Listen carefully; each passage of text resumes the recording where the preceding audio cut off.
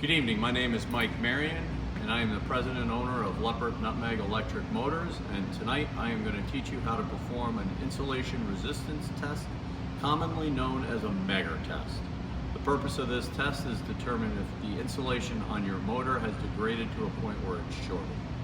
It is the most common electrical test performed on motors and generators to assess their condition and operability. The motor we have here today is a 460 volt motor. It is connected for Delta.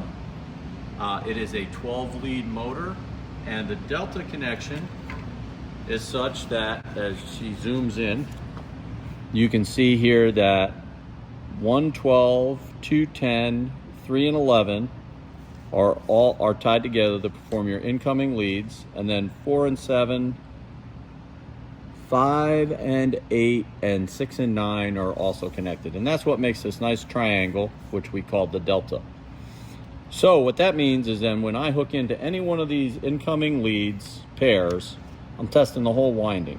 So you don't have to do the test 3 times for each phase. You do it once, you get the whole kit and caboodle. All right, so what are we going to use to do this test? We're going to use a Megger. The Meggers we use here are made by Ampro, Fluke, Megger, and numerous other companies make insulation resistance testing devices. All of them work basically the same way. They're going to have 2 leads that you're going to use, a ground lead and a hot lead. This is the lead that's going to apply the voltage to the winding. This is the lead that's going to sense the leakage, if there's any. You attach the ground lead to a ground, in this case a bolt that I've installed in the frame of the motor. And then we're going to select on the Megger device the voltage that we want to test at. Because this is a 460 volt motor, we are going to test at 500 volts. If this was a higher voltage motor, we might test at 1,000 volts. 500 is a good common voltage that Meggers can be done at no matter what the voltage of your motor is. Now, I'm going to test whether or not my ground is good and whether or not my Megger is working properly by taking the hot lead and putting it to the frame of the motor and applying voltage. Because I'm basically shorting through the motor, it shows that I'm grounded. That's the same result you're going to get if there's a short in the motor. So now we know we have a good ground. We're going to take our hot lead, we're going to attach it to one of the main leads of the motor. Now, normally, when we perform this test, we do it for 1 minute.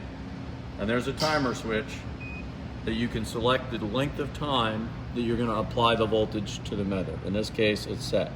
For the purposes of this video, we're not going to use the timer. I'm going to energize. Once you energize the motor, don't touch it. This is a safety step. The motor has voltage applied to it, 500 volts DC. If the motor is grounded, shorted, or deranged, you're going to feel that voltage if you touch the motor. Now this Megger displayed an OL symbol on it. OL means over the limit. When over the limit shows up, that means it's greater than the range that this Megger can sense, which is 5,000 megohms. So in this case, the Megger reading of this motor, as far as this meter is concerned, is greater than 5,000 megohm. Is a satisfactory Megger reading. If your motors are reading greater than 5,000 megohm, we're not going to get any business from you. But that's okay, because your motors are all running.